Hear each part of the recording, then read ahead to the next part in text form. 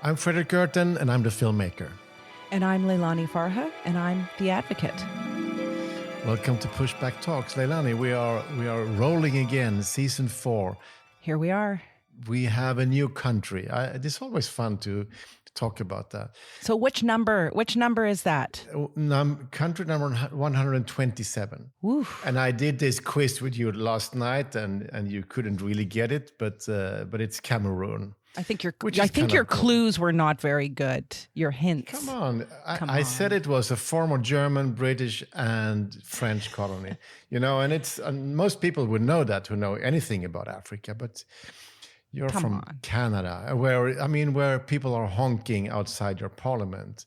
A lot of honking. Trucks. The honking has stopped. The honking has stopped. Yeah? Yes. Okay, good. Anyway, Pushback Talks, we have an inspirational guest. A young European politician from the Green Party of the Netherlands, Kim van Sparrentak. And Leilani, you really wanted Kim to be on. You have to tell me why. I really am so pleased that Kim has joined us finally, because Kim is a complete inspiration and has brought so much energy and intellect to the issue of housing, homelessness, financialization. And she's a parliamentarian. I mean, it's super important. She is in a position to make change, but she's embraced it with so much enthusiasm and energy. How can you not want Kim on your podcast?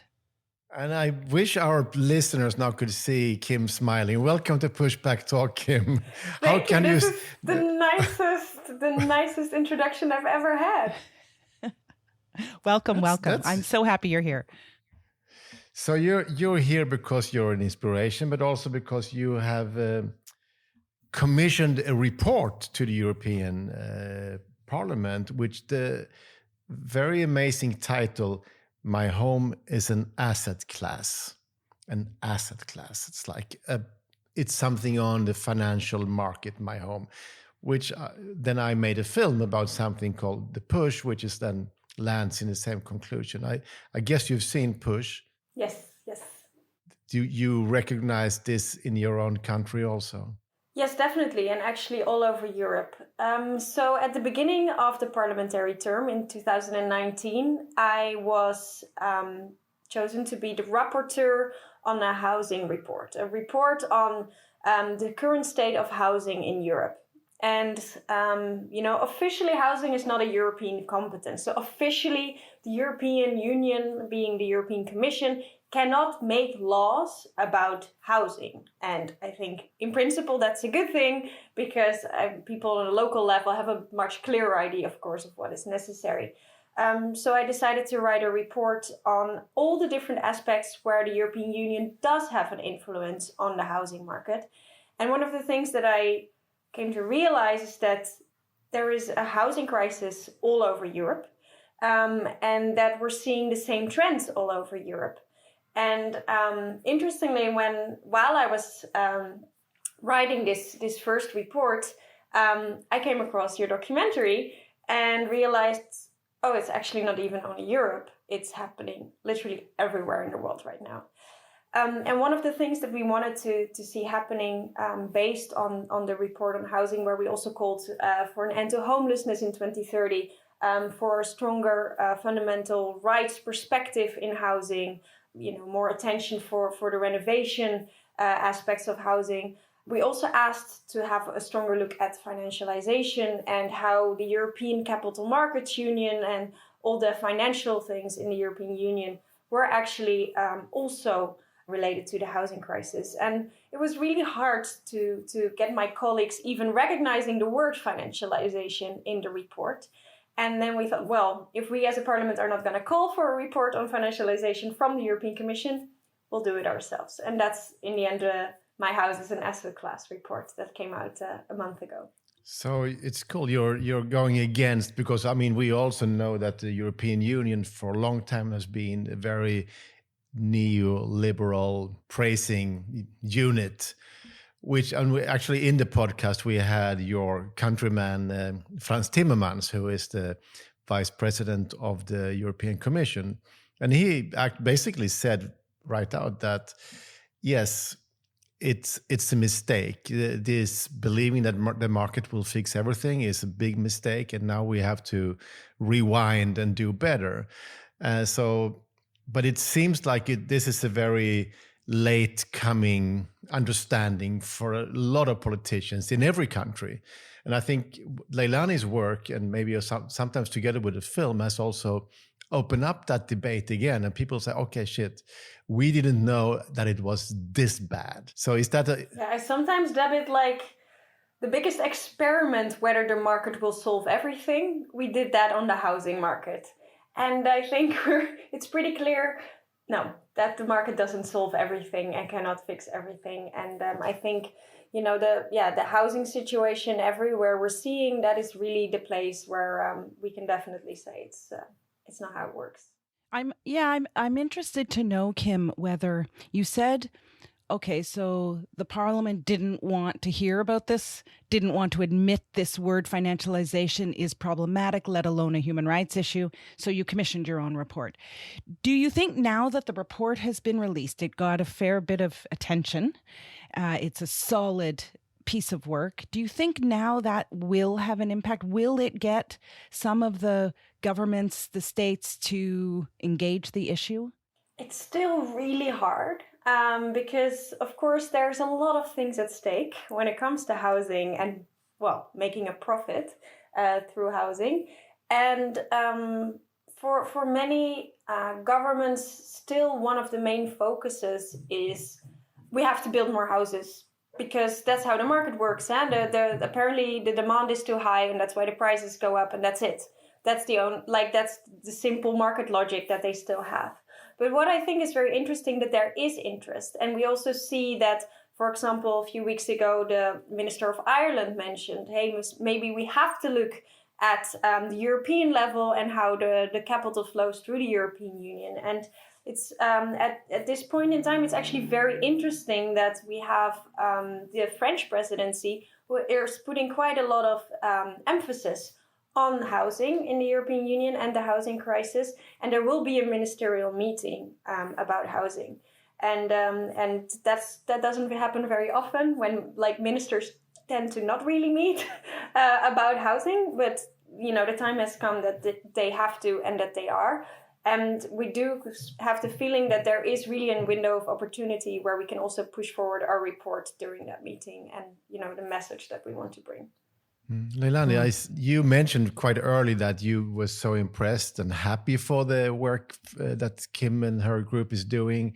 What is specific for you? What makes you click when you see this? Yeah, well, I've been working on the issue of financialization for some time now, and to have this very solid report documenting what's happening in Europe as a whole is a huge sort of testament to this phenomenon and the problem of it. You can't, once you see this report and some of the numbers, how much money is being poured into housing as an investment, as an asset class in Europe, there's no ignoring this anymore. And the rising rents. I mean, this report helps us to understand this is a institutionalized problem. It is structural in nature and it's not going away. And so for that reason, I mean, that's one reason I was happy for the report. It certainly works with my own work to try to move governments, because I have had the same experience Kim has had where people, I mean, Fredrik, you've had the same experience. When Push came out, people couldn't even say the word financialization. They didn't know what it was. Governments were not at all recognizing this. And that continues even now, the way they take a little piece of it that they're willing to look at, but they won't look at the whole. So this report will help us a lot in that way, I think. I certainly intend to use it. Yay! Very good. Yeah. So, Kim, do you feel this kind of that you are breaking new grounds with your work? Yeah, it was actually very interesting to see the reception of the report because, we are in the end a political party that commissions a study. It's, I think, what is in this, like what came out of the study, and we got amazing researchers who conducted the study. It's not that we did it ourselves. We get people working for universities who really have a lot of understanding of the capital market union and the housing situation. And the interesting thing was that the reception of the report, it was everywhere. We were front page newspapers in several countries. The Guardian picked it up. Everywhere people were like, okay, this is the first time that we actually have in numbers how big in the end all the money that is spent, and how many of these institutional investors, because that is indeed what it specifically focuses on, how much they are buying up. And also that this realization that this is just the start. They're not, it's not like, oh, now they have 1.8 trillion euros of buildings in Europe and that's where it's going to end. No, this is their first step, and they're increasing. And every year they're buying up more buildings and more of our housing stock. And I think that was really something that set, really an interesting discussion of also, perhaps not in the world where you expected it, but I think it was mainly the financial news, for example, that really started talking about it, like whether it is actually something we should rethink, and whether we should rethink whether, just speculating with housing is the best way forward. It's very hard to, it's hard to talk about it. But, when I look around in the area where I live here in Malmö, it's the same buildings, since 100 years. But I know that the number of landlords has gone from maybe 150 down to max 10. And then 2 or 1 owns like a big chunk of it. And it's all institutional money. It's all this kind of, actually your landlord is sitting somewhere else and he's selling and buying you every day. It's that kind of feeling. And it's hard to as a citizen, hard to understand that something big has happened. Mm. But of course, but then what do you tell your friends? Why is this problematic? Why are these institutional owners a problem for the city? I think it's actually, it's not that hard to explain that when someone owns a house with the sole purpose of making a profit, that means that the prices go up and the quality of the house doesn't go up at the same time, but actually deteriorates, because the only purpose is to make a profit. I mean, I think it is quite a clear thing. And of course, we hear all the stories like, but we need more housing, so we need more investors. But that's the thing. They're not investing in new houses for people. They're investing perhaps in big new penthouses for the wealthy to invest in. But they're not actually contributing to creating more houses for people who are at the moment struggling to find a house. Yeah, I sometimes try to explain it that the old landlord was like planting a forest. He had a long-time perspective of owning a house, and of course he would make a profit out of it. But these guys, they want to make a profit in like 2 or 3 years time period. It's like it's very quick turnarounds of that money. So not just want to, they actually have to. The way their deals are structured, they have to get in and out within a certain time frame, and it's a short time frame. And that's why when legislators are trying to deal with this, they're like, well, let's make it so that they can't sell before 10 years or 8 years or 5 years, because those are the locked in time frames that they have to be in and out. So it cuts them off at the knees. But one of the things that I have been trying to also explain to tenants is that it's not just that they're using the house or the unit or the apartment, the condo to squeeze more profits. They use it, we have to understand it like a springboard. They use it to buy the next property. It is a financial instrument, the unit, and it is what leverages the next purchase, the next buy. So then you really feel the hollowness of it, It's like, what? Like, I'm working 50 hours a week to pay my rent, and they're springing off my back to then purchase the next thing. And I do find tenants are starting to really understand the depth of this. So it's corrupt. It's really corrupt, Yeah, and they also found a way to round the protectional legislations that we have in many countries in Europe they found a way to make the whole system dysfunctional, which is kind of smart of them. But we also, like, we dubbed it playing Monopoly, and I think that is what it is. It is exactly what they're doing, you know? They just first buy the cheaper first houses, and then they make profit with that, and then they can buy the more expensive streets, and it's exactly what they're doing. Yeah. But then with the houses that people actually need to live in, and not little, you know, wooden playthings. Yeah. You know, Fredrik, if I might, because Kim mentioned this idea too, that we should just build more, and then there will be so much housing that the prices will come down, and then the low-income people, the people working who are struggling, will be able to afford housing. And not only do we know trickle down doesn't work, that's like, I mean, you know, it's known now. I think we put that to rest, but also, I love this idea that we should go to the people who are causing the problem to solve the problem. I find this like kind of ironic, right? The very people who are making uber amounts of money, the Blackstones, you know, all of these real estate investment trusts, let's go to them and let's get them to solve the problem. When do we ever do that, right? I mean, that's not realistic in my opinion. Yeah, well, I think we've also tried to do it with the climate. Yeah, true. And asking the big fossil fuel companies to come up with renewable energies, and they didn't really do that. Very good point. Yeah. In my film, we found out that American private equity fund Blackstone has become really big and influential.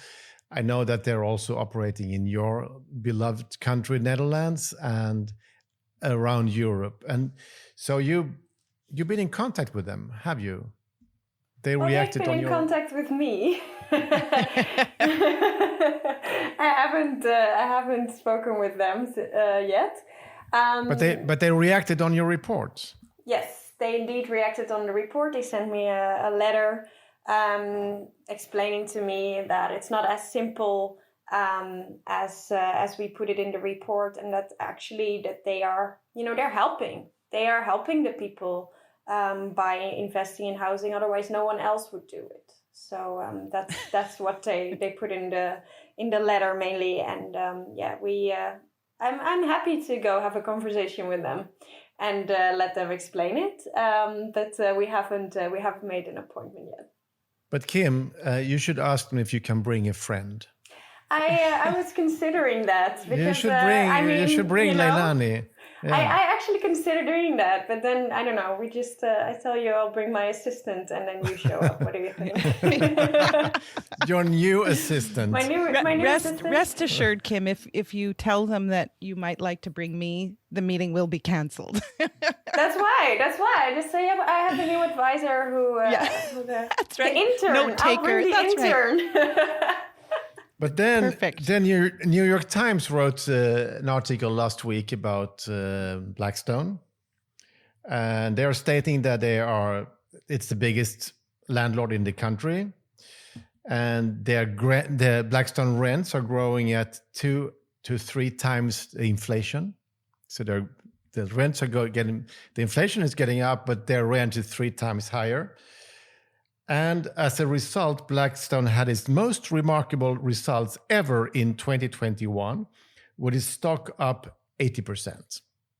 So rents up 3 times more than the inflation, their stock up 80%. And, sorry. Go ahead, Fredrik. No, please. I'm sorry. Conclude. It makes what are we taking from this? It makes me so angry. So as one of our guests in a previous podcast, Peter S. Goodman said, you know, Blackstone positions itself, and Kim, you said it, right? They're saving the world. They are saving the world, and they are addressing the housing crisis.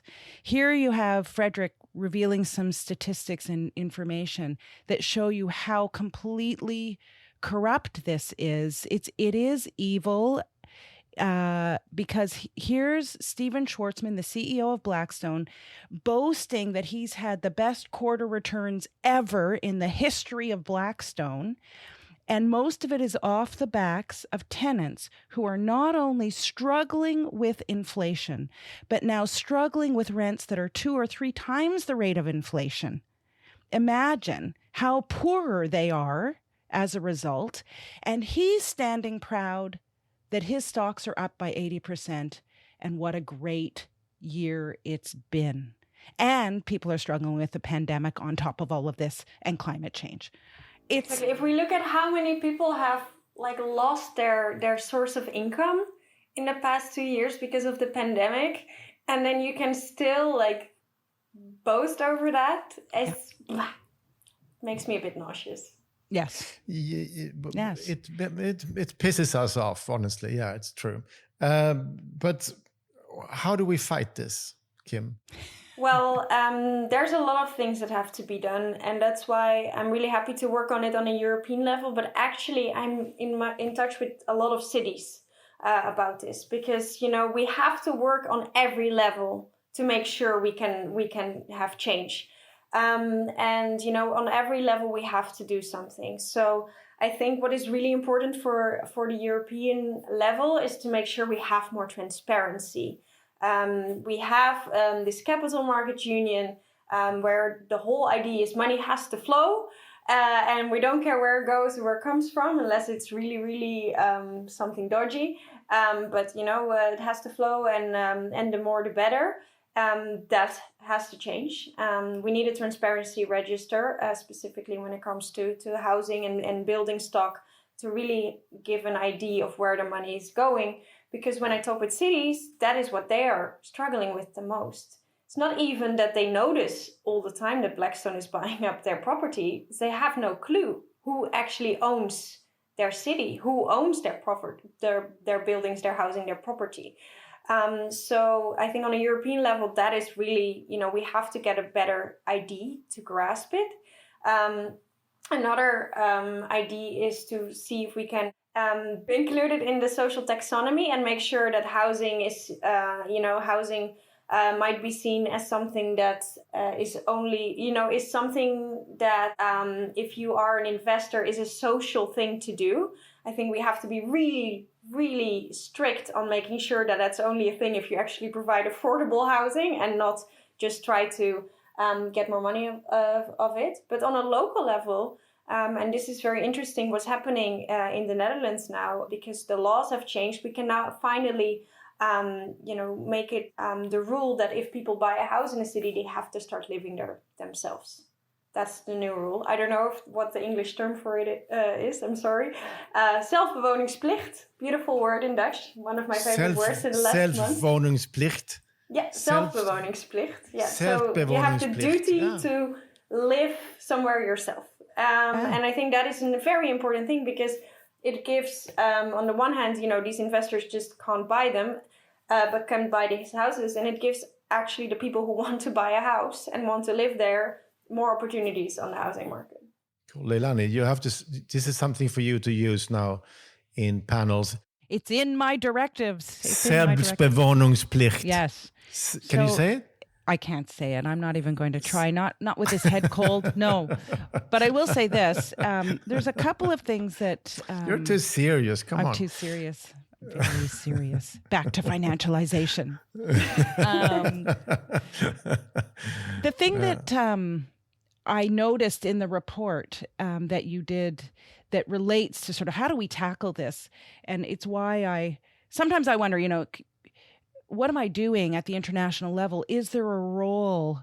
Is there something that needs to happen at the global level? And after reading your report, I thought, yes, there it is. Because so much of the money that's flowing into Europe and buying up Europe is from pension funds in the United States, pension funds in South Korea, et cetera. So and of course, Blackstone's capital that it brings in is all foreign capital. So I think I love the idea of more transparency at EU level, 100%. And I actually agreed with all of the recommendations in your report. They're excellent. And then what I'm going to try to do is zoom out and say, okay, and what would this look like at global scale? How can we stop this flow of money from pension funds in the US into Europe, et cetera, et cetera? So it is obviously a big task. We can do it though. Yeah, I don't think we're going to solve it in one podcast, but I do know that there's a lot of amazing people that are fighting for it amongst you. So yeah, exactly. What would it mean if housing were a fundamental right? you write in your report. I mean, it's interesting. I mean, this is what we come from. I in know most what it would countries. mean. Yeah. So it is. I mean, this is what we had in Europe before. So it is in some way a radical change. And I think in my own country, people haven't even understood that it has changed. Yeah. The people who has noted this are the people who are the poorest in this country, mainly immigrants, and who are like under a lot of pressure, a lot of stress because of this, where all the affordable apartments are going away day by day. Yeah. It would just change the whole world upside down right now. Huh? It's actually almost incomprehensible to think what it would actually mean, because it would actually mean that we are going to put people first. We're going to put people above money.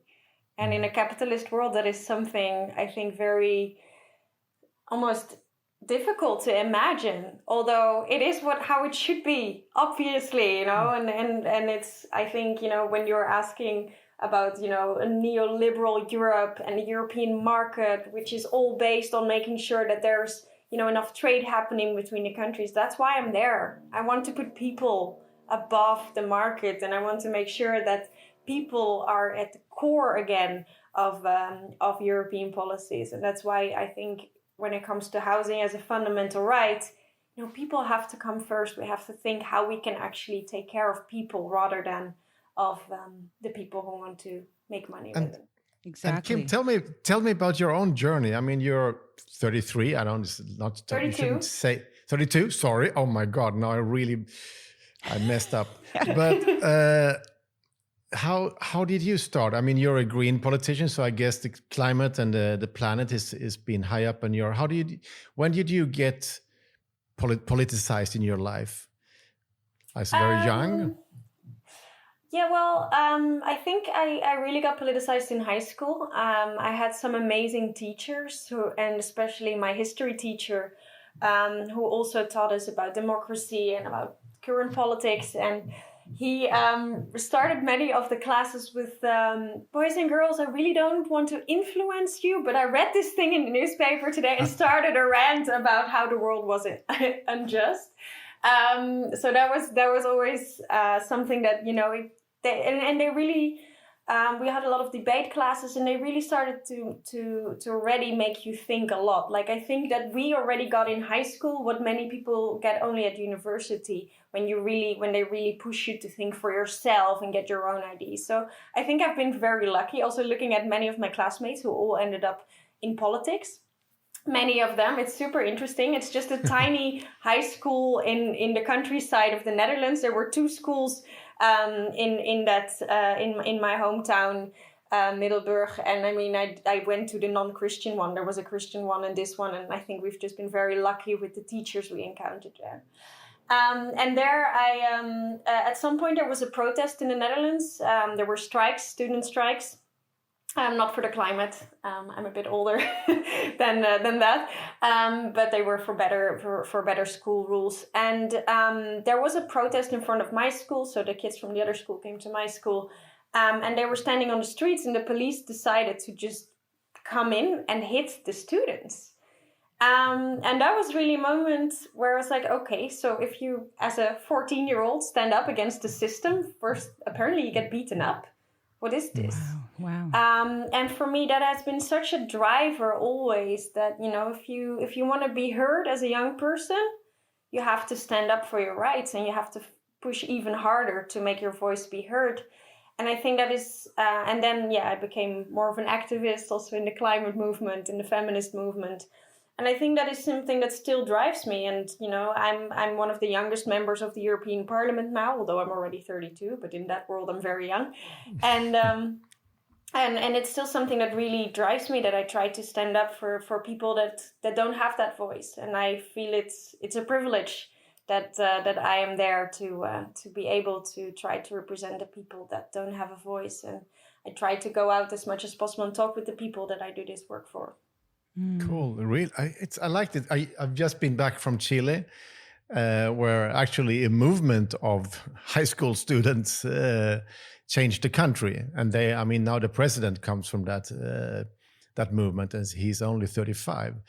And it's also young women in the lead in many places. So you're a part of a global movement, I would say, and that's really inspirational. Putting the planet and human rights first.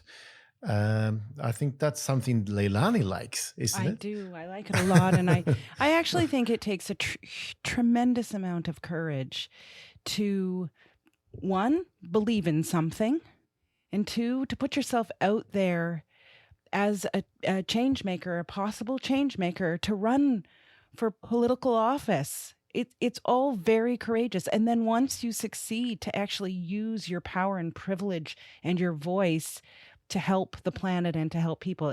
I find it hugely inspiring and again, I say tremendously courageous. It's not an easy world. It's not an easy world to push up against, the dominant forces and the dominant structures, and they can come collapsing around you. Fredrik has had the experience of a huge corporation coming after him for one of his very courageous pieces of work. It can be a scary world. So both of you are inspirational to me, actually. Oh, there you go. Well, you're a great inspiration to us as well, Leilani. So thanks. I was talking with some activists in Rotterdam, because in Rotterdam we have quite some issues. Yes. And then I only mentioned that I had spoken with you, Leilani, and wow, they almost dropped to the floor when they heard that. So. That's fun. Yes, lots going on in Rotterdam, cool. for sure. And Kim, you actually contacted us because you wanted to push in the European Parliament. Yeah. And then does some kind of virus come and complicate ruined stuff? Everything. Everything. Boo, COVID, boo. So when are we doing it?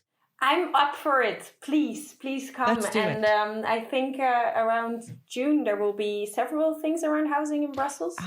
So perhaps we could connect it, because if you come to the Parliament, we'll make sure that there's other MEPs coming who'll finally then in a more fun way than listening to this one annoying MEP who is all the time saying housing should be a human right, why are you not listening to me? But maybe then they're like, oh, but this is very interesting, this is a great documentary maker who comes and then we can actually in a fun way push them in this direction that I'm already trying to massage them towards. Let's do it. I have to be in Europe in June, as a matter of fact. So that would be amazing. Yeah. Okay, I would love that. We're going to make it happen. That's on the list, and then you are going to bring in an assistant to the meeting with Blackstone also. Yeah, my new intern. Yeah. and somebody with a camera. Well, anyway, you can do it well. But Kim, it's fun to have you on our podcast, and I wish you all the best with your work. And I think we are a growing number of people who are seeing and understanding a little bit more on what's going on, and I think the rest will follow very soon, because this is not sustainable. So even more moderate politicians are starting to see this is actually a problem. Yeah. Even if the rich people will buy lobbyists and they will create talking points for them over and over again, we now know how to go against it. Yeah, thanks so much for coming, Kim. And I'm just going to plug your report. Everyone should go out and read My Home is an Asset Class and figure out whether your home is an asset class. And even if your home isn't an asset class, your home will be affected by those that are around it that are asset classes. Yeah.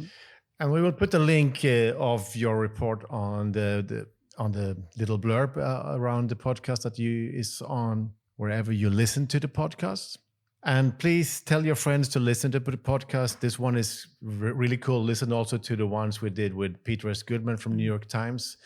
It's very much up your alley. Also, Kim, Peter S. Goodman's work. It's a very, very angry New York Times global economic correspondent talking about exactly what you're talking about. So there's a lot to learn, and so we are not alone. I think that's a very good feeling to close this with. So thank you and see you soon. Keep going, Kim. Keep going. Thank you. Thank you so much. And also thank you for all the work you're doing to put this important topic so high on the agenda. It's really invaluable to have people like you, actually, that I can refer to in my work then again. So thank you as well. See you in June. Thank you. Goodbye.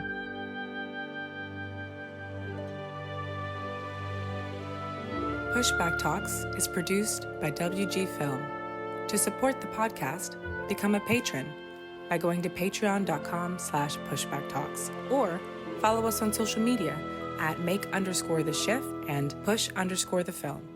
Thank you so much for listening, and we'll see you again next week.